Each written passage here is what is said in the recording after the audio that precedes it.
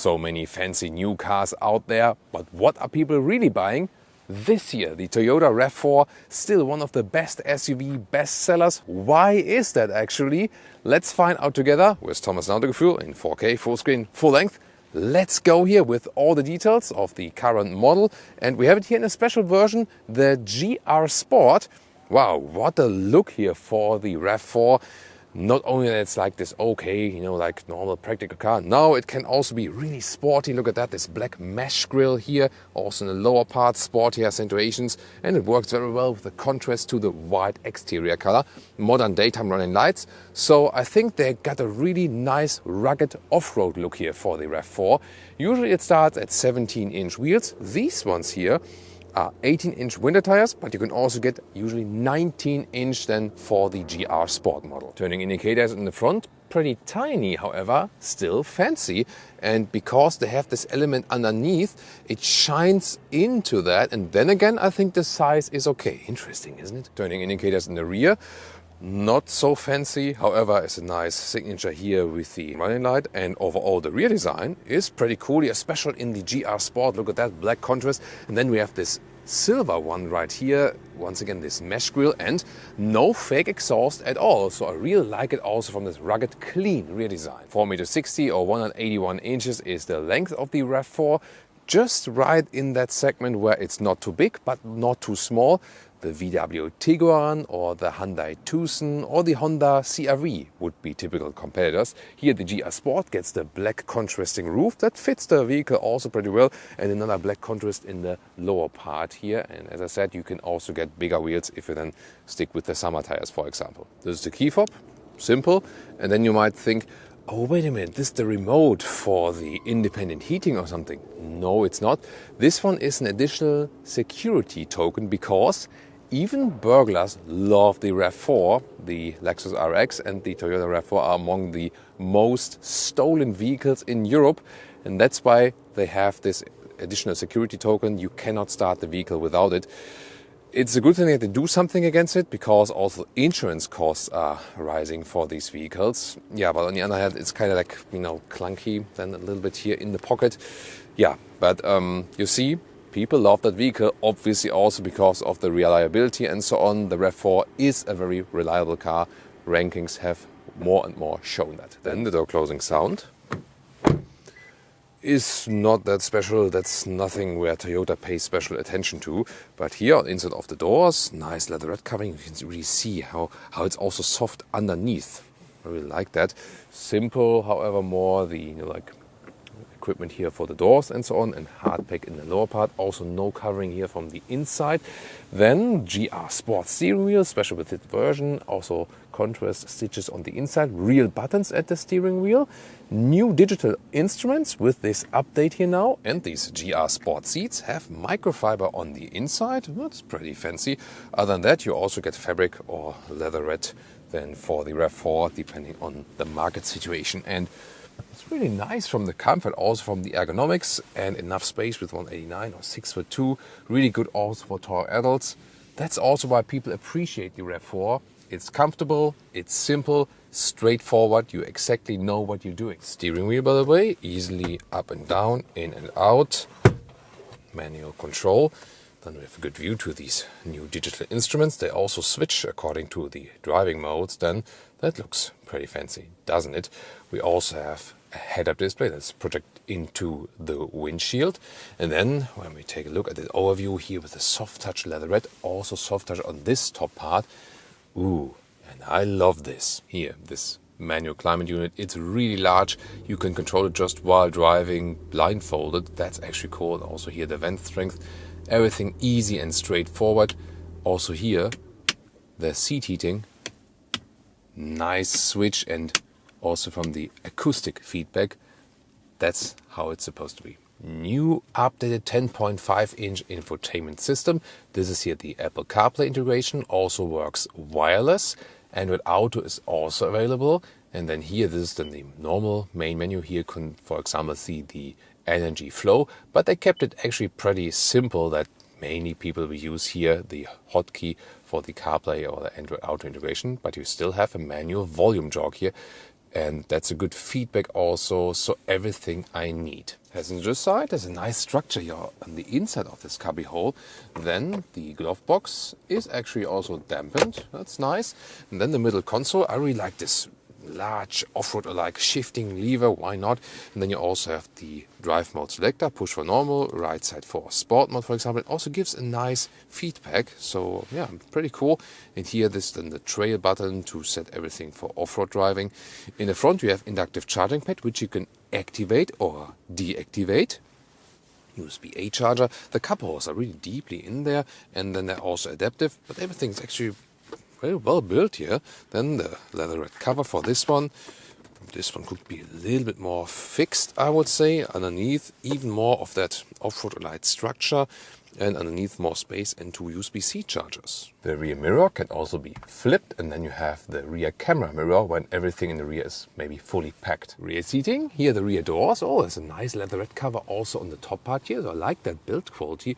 Hardback just in the lower part. This trim here even has seat heating for the rear seats. Wow. Then also the nice microfiber insides on the rear seats. You can, by the way, put these rear bench here a little bit more upright like this, then you have more trunk, or sit more upright, and then you can put it in the more laid back position.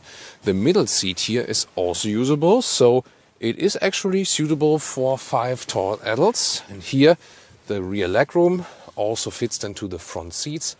Headroom like this with 189 or 6'2", very comfortable indeed, and a lot of space. So that's also one of the reasons why it's so, so popular. Just not adaptive here, these cup holders, but I think we can live with that. The thing that is counting is the space, and also really a good comfort. 2 USB-C chargers, by the way, now at the rear middle console. Trunk or boot here with the electric hatch, around 520 liters. And let's see, what's really special is the width here. This is like 120 in meters or 47 inches. That's really impressive. And the still same here, just a little bit narrower here. This is this rugged all-weather mat. You don't have to go for it. There's a fabric underneath, and here space for the charging cable if you have the plug-in hybrid version. And the normal length, like 95 centimeters or 37 inches. So very well usable trunk. To fold the seats, you can reach over like this, or then go around, so both is actually possible. Engines, 2.5 liter 4-cylinder, non-hybrid, like a North American market, then the hybrid, which is all over the place actually in all markets, front-wheel drive or all-wheel drive, and then the plug-in hybrid version, also called Prime in the North American market, over 300 horsepower then system output. Rear electric motor to give you that all-wheel drive then in this case, and 6 seconds in the acceleration figure. That's 2 to 2.5 seconds quicker than the other version then for the normal inbuilt hybrid. We'll also see if that makes sense. The net battery capacity here is about 14.5 kilowatt hours. So you will get some 60-70 kilometers of daily real-world range, so around 30-40 miles. Charging flat, by the way, is not so cool, I would say. 6.6 kilowatt, so also not too quick. Yeah, but then again, it's also not a really large battery. You really have to think about if the plug-in hybrid makes sense. It rather makes sense in markets where there are governmental subsidies and so on. Other than that, the built-in hybrid will also be very efficient. Welcome to Thomas's Driving Lounge with the Toyota Rav4 Prime or plug-in hybrid. But everything I say will count for the hybrid and for the plug-in hybrid version, with some specifics here about the plug-in hybrid. So pure electric is 135 kilometers an hour, like 83 miles an hour. Then you can drive just on the electric mode here. The battery is of course bigger than with the inbuilt hybrid, but what is even more interesting is when I have it here kinda depleted, there's still, is always like a buffer. And so even when I go to sports mode now and we do the acceleration, let's see if we can still get the whole boost. So here we'll start from 50 kilometers an hour and accelerate it out. Safety first. Let's go.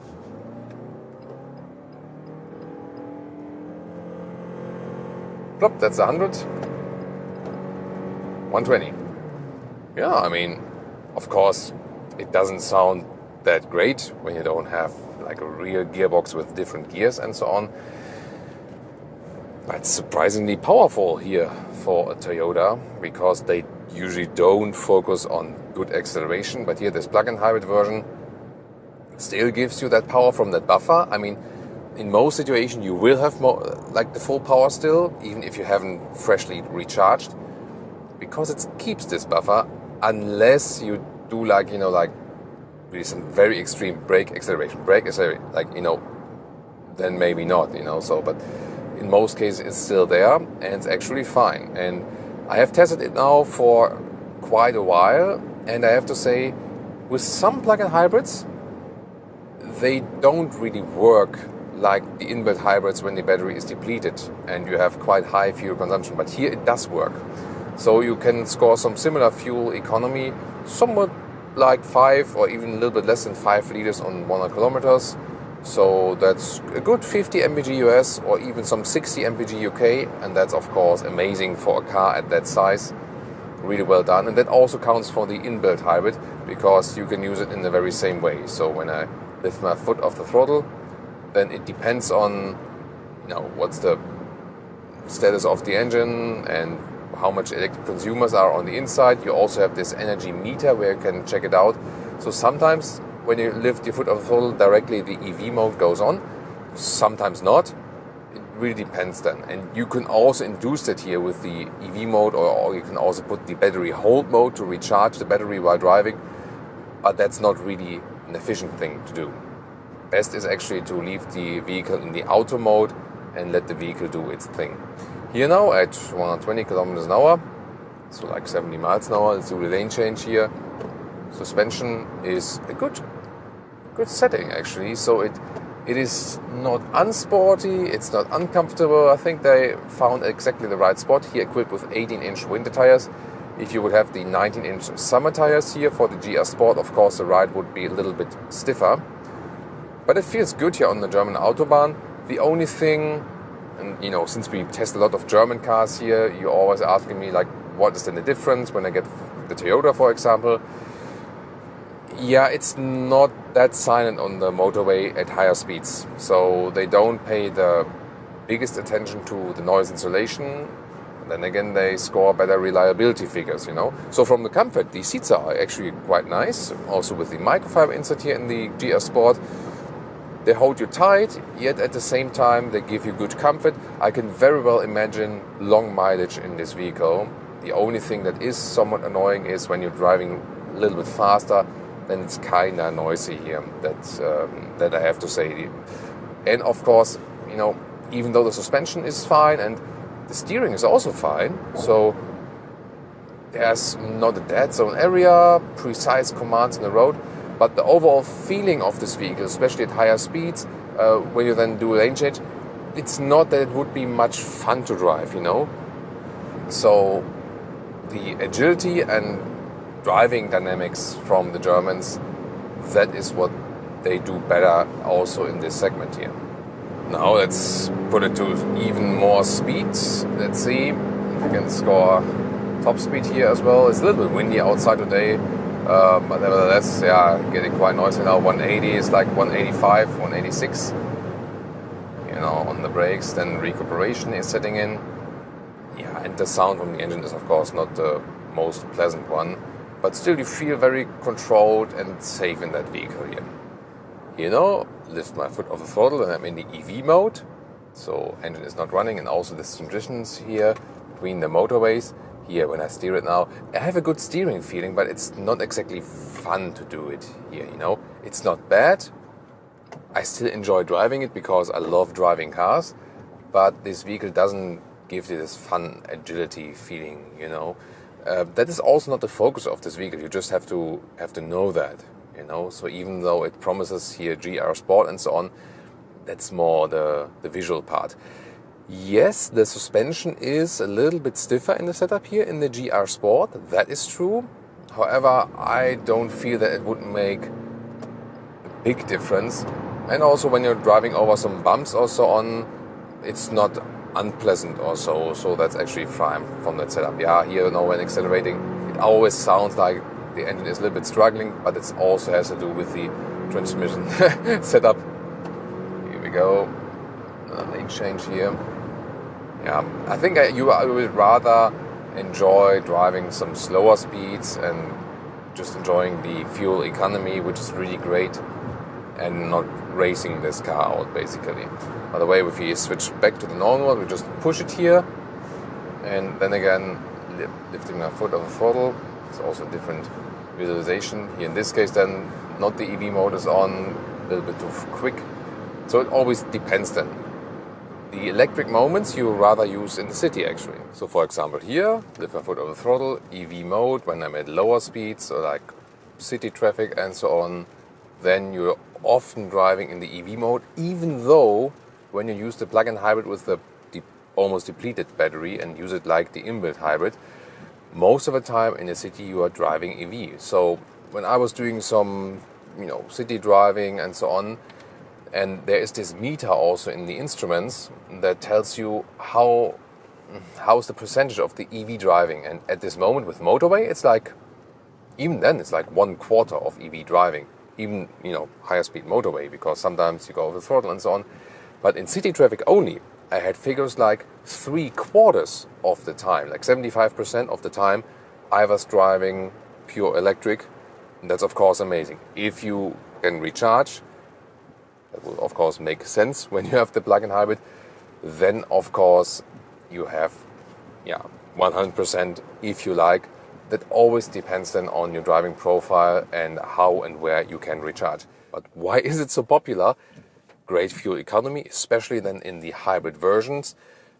Good price-performance ratio. It drives very well. Yes, it's not the most engaging drive, but it's also very reliable and has so much space here. Yeah, these are all the reasons why it's still one of the best sellers. Now tune in to the competitors.